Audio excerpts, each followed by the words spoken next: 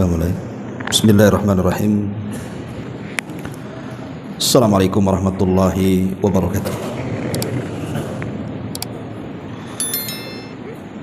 Alhamdulillah wassalatu wassalamu ala Rasulillah wa ala alihi wa sahbihi wa mawalah wa la hawla wa la quwata illa billahi wa ba'du. Alhamdulillah, segala puja dan puji hanya milik Allah subhanahu wa ta'ala. Salawat serta salam kita hadiahkan kepada Rasul kita Nabi besar Muhammad sallallahu alaihi wa ala alihi wasallam. Ma'asyiral muslimin wal muslimat rahimani wa rahimakumullah. Alhamdulillah, di malam hari ini kita bisa melanjutkan kembali kajian Kitabut Tauhid, dan kita masuk pada bab selanjutnya, bab man tabarraka bi syajarin au hajarin wa nahwihima. Bab barang siapa yang tabarruk, meminta berkah dengan pohon ataupun batu atau yang semisalnya. Di sini pengarang tidak menyebutkan hukumnya, karena memang hukum tabaruk sendiri ada dua. Bisa terjerumus kepada syirkul akbar, bisa pula terjerumus kepada syirkul asghar, tergantung keyakinannya. Makanya babnya hanya menyebutkan barang siapa yang meminta berkah kepada pohon, batu dan yang semisalnya. Kita baca dalil beliau.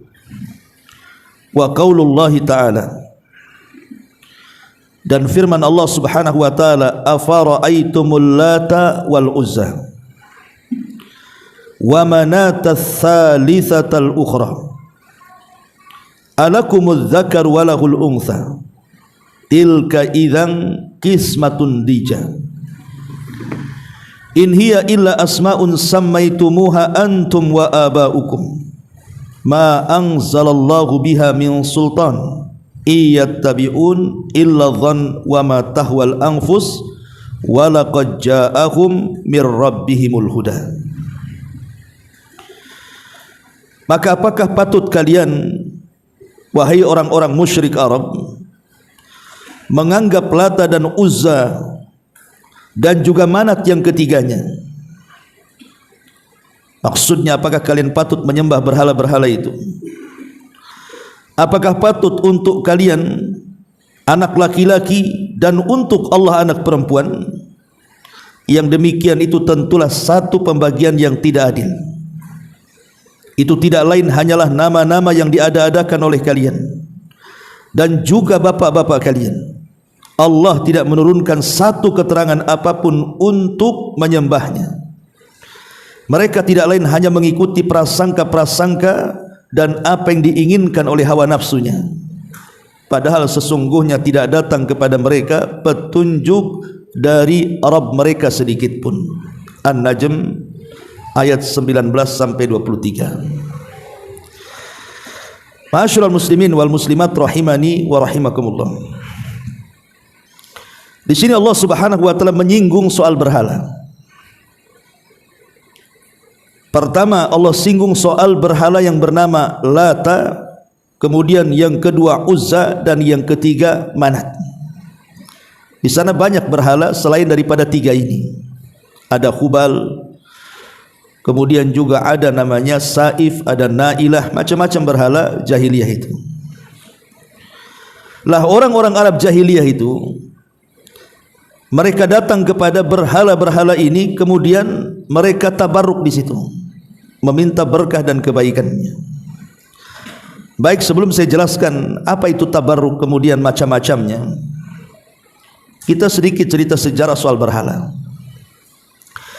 Ma'asyiral muslimin yang dimuliakan Allah Subhanahu wa taala, kita tahu bahwa awal penciptaan langit dan bumi itu tidak ada yang disembah kecuali Allah Subhanahu wa taala. Artinya sejak zaman Nabi Adam alaihi salatu wassalam itu tidak ada yang menyembah berhala. Tapi setelah lewat dari Adam sekitar 10 abad, artinya 1 abad itu 100 tahun, berarti kalau 10 abad berarti 1000 tahun, baru muncul berhala-berhala yang disembah, dan itu di zaman Nabi Nuh alaihi salatu wassalam. Jadi jarak Adam ke Nuh itu 1000 tahun, asyrata qurun. Lah terjadi kekosongan, tidak ada nabi dan rasul yang diutus oleh Allah Subhanahu wa taala dari Nabi Idris ke Nabi Nuh alaihi salam. Karena tidak ada nabi yang diikuti dan juga tidak ada rasul, akhirnya kemudian manusia pun mencari-cari orang-orang alim, kemudian berguru kepada mereka. Lah di zaman itu ada satu keluarga yang dianggap alim, yang disebut dengan keluarga Wud atau keluarga Wad. Dan itu disyaratkan dalam surah Nuh. Allah Subhanahu wa taala berfirman, la tadarunna wa la tadarun la tadarunna waddan wala suwa'an wala yaghutsa wa ya'uqa wa nasra. Janganlah kalian tinggalkan Wad, Suwa, Ya'uq, Yaghus dan juga Nasr. 5 orang nama ini di zaman Nabi Nuh alaihi salatu wassalam ini satu keluarga. Ayahnya Wad atau Wud, lah anak-anaknya itulah Suwa, Yaghus, Ya'uq dan Nasr itu. Dan semua menjadi orang-orang soleh. Lah masyarakat itu berguru kepada orang ini. Lah setelah kemudian Wad meninggal, akhirnya menjadikan anaknya sebagai estafet kesolehan ayahnya. Jadi orang-orang pun kemudian berguru kepada putranya yang bernama Suwa. Kemudian Suwa meninggal, berguru kepada saudaranya sampai kepada Nasr. Lah Allah takdirkan 5-5-nya meninggal. Ketika 5-5-nya meninggal inilah sudah tidak ada lagi rujukan di zaman itu. Lah disinilah syaitan kemudian ada kesempatan untuk menyebar kesyirikan. Karena selama 1000 tahun itu setan tidak bisa, atau iblis tidak bisa mengganggu anak Adam untuk menyekutukannya. Ya maksiat ada, seperti terjadinya pembunuhan Qabil kepada Habil, kemudian perzinahan, minum khamar, alat musik dan begitu seterusnya sudah ada di zaman Nabi Sith ya. Tapi kan kesyirikan belum ada. Lah sehingga kemudian iblis ini ada kesempatan. Akhirnya kemudian datang kepada kaum Wad ini agar mereka pun kemudian membuat berhala-berhala supaya diingatkan kebaikan mereka, bukan untuk disembah awalnya, hanya untuk diingatkan kebaikan mereka, nostalgia bahasa kita. Jadi kalau melihat patung itu teringat kebaikan Wud, Suwa, Yaghus, Ya'uq, Nasr, akhirnya kemudian terangsang dan semangat ibadah. Mulailah kemudian mereka pun membentuk berhala. Lah berhala ini ditenggerkan di tempat khusus. Jadi kalau mereka kangen kepada keluarga Wad, mereka datang ke tempat itu. Belum ada kesyirikan. Jadi hanya sekedar dibuat kemudian dilihat, diziarahi hanya untuk memberikan semangat saja. Lah ketika para generasi pembuat patung ini sudah meninggal dunia, datang generasi kedua. Maka iblis datang kepada generasi kedua, kemudian memberikan was-was kepada mereka dan mengatakan, kenapa kalian jauh-jauh dari rumah ke tempat sini, katanya. Produksi sajalah patung banyak-banyak, kemudian letakkan di rumah-rumah kalian. Kan tidak usah jauh-jauh harus mendatangi tempat khusus, tempat bertengkernya patung-patung ini, katanya. Akhirnya kemudian mereka pun terpengaruh. Dari situlah kemudian mereka memproduksi patung banyak-banyak sehingga tidak ada satu rumah kecuali ada berhala di situ. Tapi tidak disembah juga. Hanya sekedar dilihat untuk merangsang ibadah saja. Telah datang generasi ketiga. Iblis kemudian mendatangi mereka dalam bentuk orang saleh dan mengatakan, aku loh hidup di zaman bapak dan nenek moyang kalian. Kalian tidak tahu maksud mereka membuat patung kan? Kemudian iblis mengatakan maksud mereka membuat patung itu agar kalian mendekatkan diri kepada Allah lewat patung-patung itu. Akhirnya kemudian mereka pun mulai bertawasul dengan berhala-berhala itu dalam rangka menyembah Allah Azza wa Jalla. Yang awalnya hanya dijadikan tawasul, berakhir patung-patung itu yang disembah oleh kaum Wad itu. Maka inilah terjadi kesyirikan pertama di alam semesta. Lah ketika kemudian kesyirikan makin memarah, makanya Allah Subhanahu wa taala mengutus Nuh alaihi salatu wasalam untuk memberantas kesyirikan ini. Makanya Nuh kemudian dinobatkan sebagai rasul pertama. Kalau Adam nabi pertama, kalau Nuh rasul pertama. Lalu apa bedanya nabi dan rasul? Menurut para ulama, di antaranya Syekh Nasiruddin Al-Albani rahimahullahu taala, beliau menguatkan perbedaan nabi dan rasul itu. Kalau nabi diutus kepada kaum yang tidak bertentangan antara akidah nabi dan kaumnya. Tapi kalau rasul diutus kepada kaum yang bertentangan antara akidah rasul dan juga umatnya. Di zaman Nabi Adam belum ada kesyirikan, sehingga secara akidah sama saja nabi dan kaumnya. Ada maksiat tapi tidak ada kesyirikan, artinya akidahnya masih lurus. Tapi di zaman Nabi Nuh itu baru terjadi kesyirikan, sehingga antara akidah rasul dengan umatnya berbeda. Karena Nuh mentauhidkan Allah sementara kaumnya menyekutukan Allah Subhanahu wa taala. Makanya kemudian Nuh dinobatkan menjadi rasul pertama. Baru kemudian setelahnya diikuti dengan rasul-rasul yang lainnya. Karena diutus kepada kaum yang pertama kali tersebar kesyirikan di situ. Ma'asyiral muslimin yang dimuliakan Allah Azza wa Jalla. Tapi subhanallah, inilah keberhasilan iblis. Akhirnya sudah 1000 tahun kan menggoda Bani Adam untuk menyekutukan Allah, tidak bisa. Baru terjadi di zaman Wud dan keluarganya. Lah dari sinilah kemudian kesyirikan makin berkembang. Di zaman Nabi Ibrahim alaihi salatu wassalam, kesyirikan bukan hanya menyembah berhala-berhala ini saja, tapi berkembang sampai kepada menyembah bulan, menyembah matahari, menyembah bintang, bahkan ada yang menyembah Namrud. Dan begitulah kesyirikan semakin hari semakin berkembang. Dan hari ini kita lihat kesyirikan makin berkembang lagi. Dulu tidak ada orang yang menyembah binatang. Sekarang kita lihat ada orang nyembah binatang. Sapi ya disembah, gajah disembah, ular sendok disembah, macam-macam tuh binatang itu disembah. Gunung yang disembah, lembah disembah, pohon disembah. Lihat bagaimana sekarang seolah-olah tidak ada makhluk di bumi kecuali menjadi sesembahan hari ini. Sampai kepada nyembah suami, nyembah istri, nyembah uang, nyembah pakaian. Makanya di istilah abdul dinar, abdul dirham, abdul khamisah, hamba dinar, hamba dirham, hamba pakaian, itu kan istilah-istilah bahwa rupanya sesembahan itu berkembang, sehingga tidak ada sesuatu yang ada di bumi ini kecuali bisa dijadikan sesembahan jadinya. Ma'asyiral muslimin yang dimuliakan Allah Subhanahu wa taala, ketika kaum Nuh alaihi salatu wasalam tidak bisa diajak untuk mentauhidkan Allah Azza wa Jalla, malah kemudian mereka menentang dan hampir membunuh Nuh alaihi salam.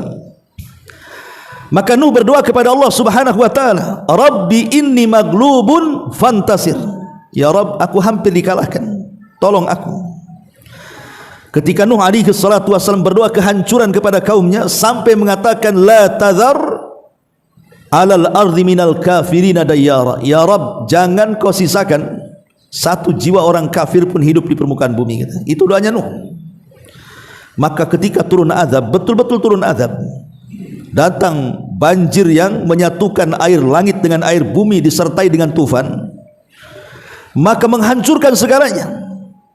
Ketika banjir itu datang, tidak ada satu jiwa yang selamat. Tidak ada satu jiwa baik manusia atau hewan yang selamat kecuali yang ada di perahunya Nuh alaihi salam. Itulah yang selamat. Dan dari situlah cikal bakal manusia.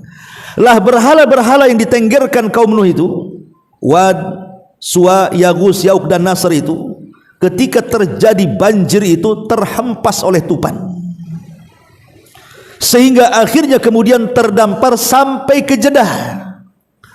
Ma'ruf Jeddah, antum yang umrah pasti kalau ke Saudi kan bandaranya kadang turun di Jeddah. Berhalanya terhempas sampai di situ. Ma'asyiral muslimin yang dimuliakan Allah Subhanahu wa taala, di zaman Nabi Ibrahim alaihi salatu wasalam, Ibrahim berhasil mendakwahkan tauhid khususnya di Hijaz, Mekah dan Madinah, dan umumnya di semua negeri Arab. Lah setelah Ibrahim alaihi salatu wasallam meninggal, estafet dakwah tauhid diteruskan Ismail putranya. Kemudian setelah Ismail putranya meninggal, putra Ibrahim ini, maka diteruskan oleh suku Jurhum. Kabilah Jurhum itu kabilah dari istrinya Ismail. Karena Ismail itu menikah 2 kali. Pertama dengan wanita Jurhum tetapi tidak punya akhlak dan adab, akhirnya diceraikan. Kemudian menikah lagi dan Allah takdirkan istri keduanya salehah. Lah dari keturunan itulah sampai kepada Nabi SAW. Jadi ketika suku Jurhum ini masih berkuasa di Mekah, masih mentauhidkan Allah Subhanahu wa taala, sampai datang suku lain namanya Khuza'ah. Kemudian menyerang Jurhum, kalahlah Jurhum ini. Sampai takut dikuasai, karena kan yang menguasai air Zam-Zam kan suku Jurhum tuh. Karena air Zam-Zam itu takut kemudian diambil alih Khuza'ah, dikubur sama mereka. Sehingga beratus-ratus tahun sumber Zam-Zam itu tidak diketahui. Karena dikubur oleh Jurhum, takut diambil alih oleh Khuza'ah karena kekalahan perang. Baru di zaman kakek Rasul Abdul Muttalib baru air Zam-Zam itu ditemukan oleh Abdul Muttalib. Lah ketika kemudian Arab dikuasai oleh Khuza'ah dan era kekuasaan Jurhum tumbang, lah di antara pemimpin-pemimpin Khuza'ah itu ada orang namanya Amru ibnu Luhai namanya. Itu salah satu tokoh dari tokoh-tokoh Khuza'ah atau Amr bin Luhai ini. Orangnya baik, orangnya dermawan, pokoknya sangat dihormati dan dimuliakan serta diagungkan oleh orang-orang Khuza'ah kala itu. Jadi satu hari, menurut sirah Ibnu Hisham, jadi Amr ibn Luhai ini ada hajat dan keperluan sehingga safar dari Arab menuju Syam. Tiba-tiba sampai di Syam, dia lewati sebuah perkampungan. Kampung itu menyembah berhala. Entah kenapa kemudian Amr ibn Luhai ini mampir di kampung itu, kemudian bertanya-tanya soal berhala. Ini berhala apa fungsinya, yang itu apa, yang ini apa. Dijelaskanlah oleh orang-orang yang ada di situ. Oh, yang berhala ini kalau ditenggerkan ini fungsinya, yang berhala ini fungsinya, sampai kepada berhala yang namanya Hubal. Dan dikatakan, ini Hubal kalau ditenggerkan kemudian diletakkan di sebuah daerah, maka bisa menurunkan hujan. Jadi teringat, oh Mekah itu kan gersang. Jadi kalau saya bawa berhala ini dari Syam ke Mekah, Mekah bisa hijau karena bisa turun hujan dengan adanya berhala ini. Itulah berhala yang pertama dibawa oleh Amr ibn Luhai dari Syam, kemudian diletakkan di Ka'bah. Inilah sejarah pertama berhala di Ka'bah ini. Namanya Hubal, dibawa dari Syam. Ya. Ma'asyiral muslimin yang dimuliakan Allah Subhanahu wa taala. Lah setelah kemudian berhala pertama ini yang diambil oleh Amr ibn Luhai dari Syam kemudian diletakkan di Ka'bah yang bernama Hubal inilah, mulailah kemudian Amr ibn Luhai ini mengajak orang-orang untuk menyembah Hubal. Awalnya cuma satu Hubal, tapi kemudian dibuat lagi ada namanya Lata, kemudian dibuat lagi ada namanya Uzza, kemudian dibuat lagi ada namanya Manat, kemudian dibuat lagi, akhirnya banyak sekali berhala. Sampai ketika Fathu Mekah saja berhala di sekitar Ka'bah itu 350 kurang lebih yang dihancurkan Nabi dan para sahabatnya. Itu yang di sekitar Ka'bah, belum yang di rumah-rumah, belum yang di kabilah-kabilah. Betul-betul agama tauhid hilang dengan adanya Amr ibn Luhai ini. Makanya Nabi SAW mengatakan, inni ra'aitu Amr ibn Luhai finnari yajurru am'a'ahu. Aku melihat Amr ibn Luhai terburai ususnya di neraka. Kenapa? Karena dia awal man ghayyara millata Ibrahim. Dialah orang yang pertama kali merubah agama tauhid, agama Ibrahim. Amr ibn Luhai. Sampai kepada era jahiliyah Quraisy, orang-orang Quraisy masih mengikuti keyakinan Amr ibn Luhai menyembah berhala. Bahkan ada satu berhala itu yang aneh gitu ya, namanya Saif dan Nailah. Saif dan Nailah, dua-duanya sebenarnya sejarahnya, Saif ini laki-laki, Nailah ini perempuan. Dua-duanya orang Yaman. Jadi Saif ini suka dengan Nailah dan Nailah juga suka dengan Saif. Maka Saif berusaha melamar Nailah tapi ditolak keluarganya. Tidak mau. Akhirnya karena tidak bisa juga dilamar, tidak bisa menikah, maka Sa'ib pun kemudian mengatakan kepada Nailah, bagaimana kalau kita haji ke Ka'bah? Tentu haji ala jahiliyah kan begitu ya. Umrah haji sudah ada karena itu kan syariat Ibrahim, cuman akhirnya dirubah-rubah menjadi syariat kesyirikan di zamannya. Jadi kemudian berdua ini berjanji berjumpa di Mekah untuk berdoa kepada Allah Azza wa Jalla supaya melembutkan hati kedua orang tuanya. Jadi tujuan datang ke Ka'bah itu untuk berdoa, mudah-mudahan dilembutkanlah kemudian hati kedua orang tuanya untuk supaya merestui pernikahannya. Kemudian Sa'ib berangkat ke Mekah dan Nailah juga berangkat ke Mekah, berjumpalah di Ka'bah. Rupanya ketika berjumpa di Ka'bah malah berzina dalam Ka'bah. Dan itulah orang yang pertama berzina dalam Ka'bah itu, namanya Sa'ib dan Nailah itu. Akhirnya dikutuklah Sa'ib dan Nailah ini jadi batu. Jadi ingat cerita maling kundang jadi. Ya. Jadi setelah dikutuk jadi batu sama orang-orang Quraisy ini, supaya menjadi sebuah pelajaran, akhirnya kemudian Sa'ib diletakkan di sofa, Nailah diletakkan di marwah. Jadi kalau ada orang sa'i itu melihat berhala itu teringat kelancangan keduanya, dan orang pun kalau melihat patung itu selalu benci dan mencelanya karena sudah istihza dengan Ka'bah, mengolok-olok Ka'bah. Tetapi dengan berjalannya waktu dari generasi ke generasi, lupa bahwa tujuan meletakkan Sa'ib dan Nailah itu untuk menjadi pelajaran. Jangan seperti mereka. Tapi belakangan dua patung ini disembah juga, coba bayangkan. Itulah makanya kenapa mereka disebut jahiliyah, karena nggak ada otak. Ini keduanya ini dikutuk karena berzina kan begitu, malah disembah pula. Jadi macam-macam berhala-berhala yang ada di Mekah karena itu. Kembali kepada cerita Wad, Suwa, Yagus, Ya'uq dan Nasr itu yang terhempas di zaman Nabi Nuh alaihi salatu wasallam, kemudian terdampar di Jeddah. Lah Amr ibn Luhai ini kemudian satu malam bermimpi, ya tentu didatangi oleh syaitan, bahwa berhala-berhala yang pernah ada di zaman Nabi Nuh alaihi salatu wasallam terdampar di Jeddah. Setelah dia bermimpi, kemudian dia teringat mimpinya, dia pun membawa beberapa orang kemudian mencari situsnya tuh. Allah takdirkan ketemu pula tuh berhala-berhala tuh. Ketika sudah berjumpa dengan berhala-berhala di zaman Nabi Nuh itulah, oleh Amr ibn Luhai dibagi-bagi kepada seluruh kabilah. Hampir semua kabilah yang besar mendapatkan berhala itu untuk disembah. Inilah kenapa sejarah kok bisa patung atau berhala di zaman Nabi Nuh alaihi salatu wasalam bisa berada di tanah Arab. Itu karena terhempas banjir bandang yang diiringi tupan tadi. Tapi ada sebagian para ulama mengatakan sebenarnya tidak pernah wujud itu berhala-berhala yang namanya Wad, Suwa, Ya'uq, Yagus dan Nasr itu di tanah Arab. Tetapi maksudnya adalah itu kisah dari turun-temurun. Jadi kisah dari turun-temurun inilah nama-nama berhala itu dikenal. Lah ketika sampai di zaman Amr ibn Luhai, mereka pun membuat berhala-berhala, kemudian sebagian berhala diberi nama persis dengan nama berhala-berhala yang ada di zaman Nabi Nuh.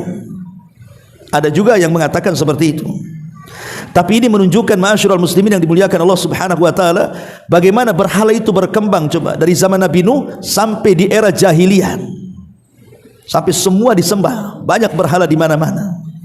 Makanya di sini Allah Subhanahu wa taala mengatakan afara'aitumul Lata. Lata ini dibaca, bisa dibaca tasdid al-lata gitu ya. Bisa juga dibaca lata tanpa tasdid. Kalau tanpa tasdid berarti lata itu artinya apa namanya, dalam bahasa Arab itu muannats, dari Allah. Tetapi kalau dibaca tasdid al-lata berarti disyaratkan kepada seseorang. Dulu ada seseorang yang baik yang suka membuat adonan roti. Karena latta yaluttu itu artinya membuat adonan roti yang kemudian makanannya dibagi-bagi kepada jemaah haji orang baik. Lah setelah meninggal, untuk mengenang kebaikannya maka dibentuklah patung Lata. Itu kalau dibaca tasdid. Tapi intinya bahwa Lata ini sebuah berhala yang diagungkan oleh penduduk Taif dan juga Hawazin. Makanya kalau kita ingat, pernah saya kisahkan tentang kisah Abrohatul Asram, Abroha yang datang dari Mekah untuk menghancurkan Ka'bah dengan membawa pasukan gajah itu. Ketika mereka sampai di Taif, dan Taif itu kan kalau sekarang daerah yang paling hijau di Mekah sana. Lah ketika sampai di Taif, penduduk Taif dan juga Hawazin, mereka menghadang Abroha. Dikiranya Abroha itu akan menghancurkan berhala mereka namanya Lata. Makanya kemudian orang-orang Taif dan Hawazin pun mengatakan kepada Abroha itu, tolong jangan hancurkan patung kami. Sebagai imbalannya kami akan memberikan seseorang yang menunjuk jalan kemana arah ke Ka'bah. Maka kemudian diserahkan seorang penunjuk jalan oleh orang-orang Hawazin dan Taif namanya Abu Rughal. Itulah yang kemudian menjadi penunjuk jalan pasukan Abroha mengarah ke Mekah, karena Taif ke Mekah itu kan jauh ya. Tetapi sayang Abu Rughal kemudian meninggal di tengah jalan dan kuburannya masih ada. Bahkan orang-orang Arab itu kalau lewat di kuburan Abu Rughal itu suka ngelempari batu karena dianggap pengkhianat Arab. Dialah orang yang pertama kali berkhianat kepada orang Arab karena menjadi penunjuk jalan Abroha. Makanya orang Arab kalau mereka suka berkhianat suka dipanggil Abu Rughal. Nah antum kalau berkhianat Abu Rughal. Orang-orang Arab begitu ya, jadi kuburannya itu dilempari batu. Syahidnya adalah orang-orang Taif. Mereka sangat mengagungkan Lata kan, sampai-sampai kemudian bertaruh dengan Abroha, jangan hancurkan patung kami, karena disangkanya Abroha itu datang untuk menghancurkan Lata. Makanya mereka mengatakan, tolonglah jangan hancurkan patung kami, kalau engkau ingin sesuatu ngomong saja. Maka kemudian imbalannya dikasih Abu Rughal itu sebagai penunjuk jalan tuh. Jadi Lata itu sangat diagungkan oleh orang-orang Taif dan Hawazin ya. Kemudian yang kedua, afara'aitumul Lata wal Uzza. Uzza ini berhala yang diagungkan oleh penduduk Mekah. Makanya dalam peperangan Abi Sufyan yang ketika itu masih kafir menghadapi tentara Nabi SAW, dengan bangganya Abu Sufyan kepada berhalanya namanya Uzza, mengatakan di hadapan kaum muslimin, di hadapan Abu Bakar, Umar dan juga pasukan kaum muslimin, mengatakan lanal Uzza wala Uzza lakum, katanya kami punya Uzza, kalian tak punya Uzza, katanya. Dia bangga dengan Uzza. Maka Nabi SAW mengajarkan jawabannya kepada kaum muslimin, katakan kepada Abu Sufyan itu, Allahu maulana la maula lakum. Kalau kalian punya Uzza, kami punya Allah yang akan melindungi kami, dan kalian tidak punya Allah, katanya. Dijawab ya. Dari sini kita tahu perkataan Nabi Sufyan ketika mengatakan lana Uzza wala Uzza lakum. Kami punya Uzza, kalian tidak punya Uzza. Jadi penduduk Mekah ini sangat mengagungkan Uzza. Kemudian yang ketiga, wal manata tsalitsatal ukhra. Dan Manat berhala yang ketiganya. Dan Manat itu berhala yang diagungkan orang-orang Madinah dari kalangan Khazraj dan Aus sebelum dua kabilah ini masuk Islam dan menjadi Ansar. Jadi orang-orang Ansar ini itu kan dari dua kabilah, Khazraj dan Aus. Dulu dua kabilah ini penyembah berhala. Lah berhala yang diagungkan penduduk Madinah kala itu namanya Manat. Makanya Allah Subhanahu wa taala mengatakan wa manata tsalitsatal ukhra, dan patung Manat dan yang ketiganya. Ma'asyiral muslimin yang dimuliakan Allah Subhanahu wa taala, lah ketika kemudian terjadi Fathu Mekah. Terjadi Fathu Mekah. Nabi SAW kan memerintahkan para sahabat untuk menghancurkan berhala-berhala ini. Salah satunya adalah Khalid ibn Walid, diutus oleh Nabi SAW untuk menghancurkan berhala Lata yang ada di Hawazin di Taif, dan itu berupa pohon kan itu.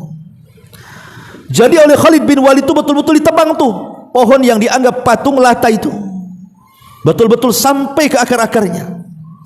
Kemudian setelah ditumbangkan berhala itu yang berbentuk pohon itu, dia datang kepada Nabi SAW melaporkan, Rasul, aku sudah menghancurkan tuh patung namanya Lata itu. Kata Rasul, oh belum, engkau belum menghancurkan patung Lata, kau balik lagi ke sana, hancurkan betul-betul, katanya. Akhirnya kemudian Khalid bin Walid datang lagi menemui patung Lata yang sudah dihancurkan. Rupanya ketika sampai, dari balik pohon ada wanita telanjang bulat ya, wanita telanjang bulat. Kemudian dia mengaku-ngaku bahwa dia adalah Lata. Maka Khalid pun kemudian menebas wanita itu, kemudian mati. Kemudian hal itu sampai di hadapan Nabi SAW dan mengatakan, itulah Lata yang kau bunuh itu. Artinya itu jelmaan daripada syaitan, jin, yang kemudian memberikan was-was kepada orang-orang Taif dan Hawazin supaya menyembah pohon itu. Ya. Ma'asyiral muslimin yang dimuliakan Allah Azza wa Jalla. Adapun Mughirah bin Syu'bah juga diutus oleh Nabi SAW untuk menghancurkan patung Manat, dan Ali radhiyallahu anhu juga disuruh untuk menghancurkan Uzzah. Akhirnya kemudian berhala-berhala itu betul-betul dihancurkan oleh para sahabat, sehingga tidak ada lagi berhala setelah kemudian kedatangan Rasul di Fathu Mekah. Dari situ turun ayat Ja'al haq wa zahaqal batil innal batila kana zahuqa. Telah datang kebenaran dan hancurlah kebatilan, karena sudah tidak ada berhala lagi. Karena Rasulullah SAW meminta seluruh berhala itu dihancurkan sehancur-hancurnya. Bayangkan, setelah Fathu Mekah ini, di sekitar Mekah saja saya katakan tadi 350 berhala itu dihancurkan para sahabat. Macam mana dengan tempat-tempat lainnya kan begitu? Menunjukkan bahwa ketika itu disebut jahiliyah karena mereka para penyembah berhala. Dan hari ini justru terkadang lebih aneh lagi. Dulu orang-orang jahiliyah itu ada yang menyembah batu, ada yang menyembah pohon gitu ya, ada yang menyembah macam-macam gitu, karena wajar kejahiliahan mereka, tidak paham soal akidah yang benar. Tapi hari ini yang nyembah pohon, yang nyembah batu, macam-macam, justru orang yang sudah masuk Islam, orang yang mentauhidkan, mengucapkan kalimat tauhid la ilaha illallah setiap habis sholat, tapi masih percaya saja kepada batu-batu kan. Beberapa tahun kemarin kan antum ingat ada namanya gandrung batu aki kan itu. Semua orang jual batu aki. Sampai batu ulek pun dibuat batu aki. Kemudian dikasih tahu, pedagangnya hebat, tahu dia fungsi batu ini, kalau ini penglaris nih batu aki nih. Yang ini ini untuk pelet, yang ini, tapi dia sendiri miskin jual batu aki. Padahal batu aki yang penglaris itu ada juga di jualan dia. Sebenarnya kan orang yang beli itu harus berpikir kan, lah kenapa dia jual? Batunya ada di situ, kenapa dia tidak kaya-kaya orang jual itu? Itu karena kita ini sudah dianggap lebih daripada orang jahiliyah, padahal kejahiliahan itu sudah tidak ada karena sudah datang Islam kan. Tapi begitulah syaitan akan terus menggoda Bani Adam supaya manusia diarahkan kepada menyembah berhala. Ma'asyiral muslimin wal muslimat rahimani wa rahimakumullah. Itulah diantara sejarah kenapa sampai adanya berhala. Tapi sekali lagi, bahwa saya pernah baca buku tentang perkembangan agama di India, ya, dan sudah diterjemahkan.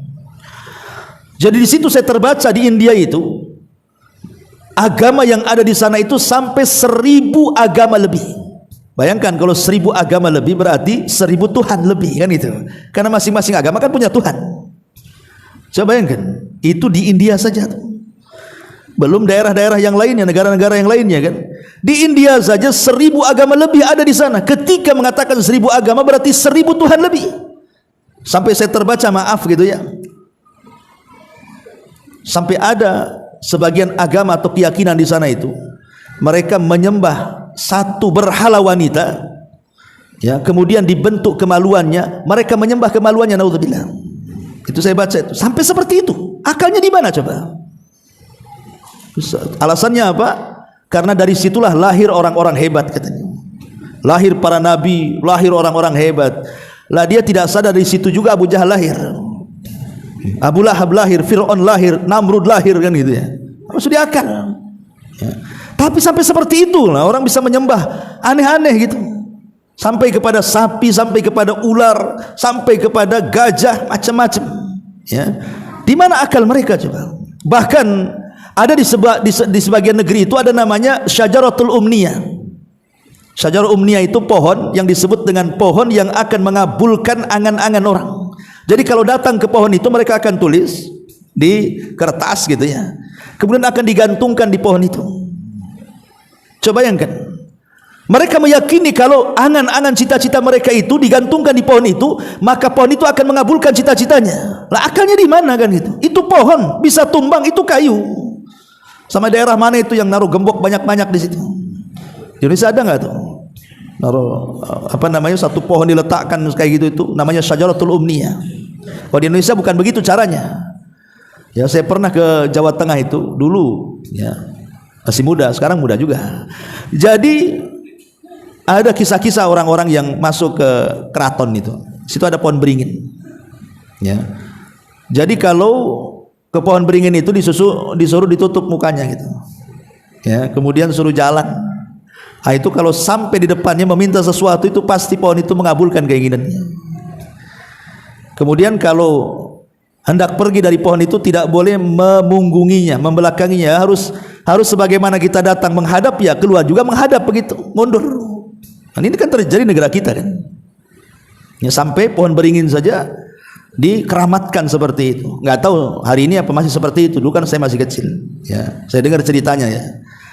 Ya, bahkan ada sapi lagi, Kiai Slamet itu namanya kan, yang ma'ruf di Solo itu. Ya. Dan macam-macam lah di Indonesia ini kaya kesyirikan kalau boleh saya katakan itu.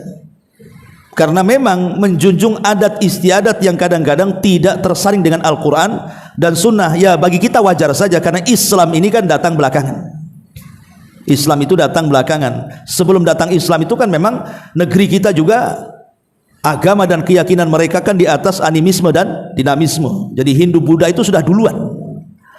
Sehingga Islam ketika datang belakangan itu, ya kalau kemudian setelah dia masuk Islam kemudian berusaha untuk mencari-cari ajaran Islam yang murni, mungkin terselamatkanlah dari tradisi-tradisi yang ada yang berbau syirik itu kan.